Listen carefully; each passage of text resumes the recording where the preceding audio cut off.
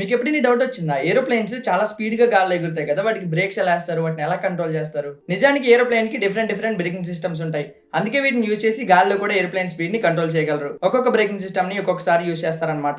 Number 1 ఎయిర్‌ని control చేయడం. ఎయిర్‌ని control చేయడం అంటే ఏరోప్లేన్ వింగ్స్ దగ్గర వింగ్ స్పాయిలర్స్ అనేవి అటాచ్ చేసి ఉంటాయి.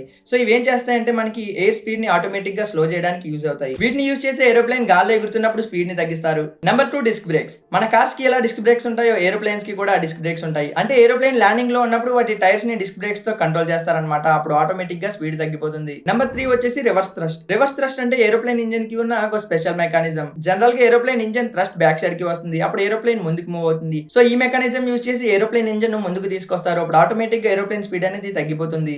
నంబర్ 4 వచ్చేసి ఎయిర్ బ్రేక్స్. ఎయిర్ బ్రేక్స్ అనేవి ఏరోప్లేన్ వింగ్స్ దగ్గర అటాచ్ చేసి ఉంటాయి. ఇవి ఏం చేస్తాయంటే మనకి ఎయిర్ ఫోర్స్‌ని కంట్రోల్ చేయడానికి యూజ్ అవుతాయి. సో ఆటోమేటిక్‌గా మనం గాల్లోనే ఏరోప్లేన్ స్పీడ్‌ని కంట్రోల్ చేయొచ్చు. కొత్త విషయాలు తెలుసుకున్నారా? అయితే అవినాష్ ఫ్యాక్ట్స్‌ని సబ్స్క్రైబ్ చేసుకోవచ్చు కదా! మీకు తెలియని ఎన్నో విషయాల్ని మీ ముందుకు తీసుకొస్తాను.